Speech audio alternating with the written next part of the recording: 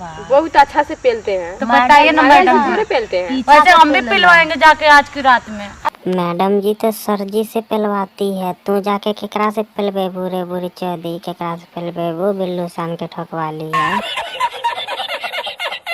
भैया लोग वीडियो को फुल वॉच कर लिया, वीडियो पसंद आई तो लाइक कर दी है, ठीक है? देखा शुरू करे तानी। अच्छा मैडम जी, सर जी आपके पीछे से ना पेलेगा? विद्यार्थियों सब तब पकले भथियान के बच्चा व मैडम से देखा कैसन सवाल पूछा था कि पीछे से ना पहले था। मैडम के जवाब दे, सुना का कहता नहीं ना हमको नहीं पेलते हैं। तार छुत्तर बड़का बड़का लोग। मैडम कहती है कि नहीं हम पीछे से नहीं पहलवाती हैं, तो विद्यार्थी ने बोला कि चुत्तर बड़का बड़का लौका था। चुत्तर बड़का बड़का लौका था मतलब का गारवे में पहलवा तारू। मैडम जी छतिया कैसे धरते हैं?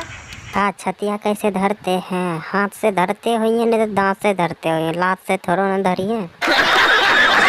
हेलो गाइस, तो वीडियो आप लोग को पसंद आया होगा तो वीडियो को लाइक कर दें। चैनल पे नए हैं तो सब्सक्राइब जरूर कर लें, क्योंकि आने वाला वीडियो आप लोग के पास सबसे पहले पहुंच जाए। चलो ठीक है, बाय बाय।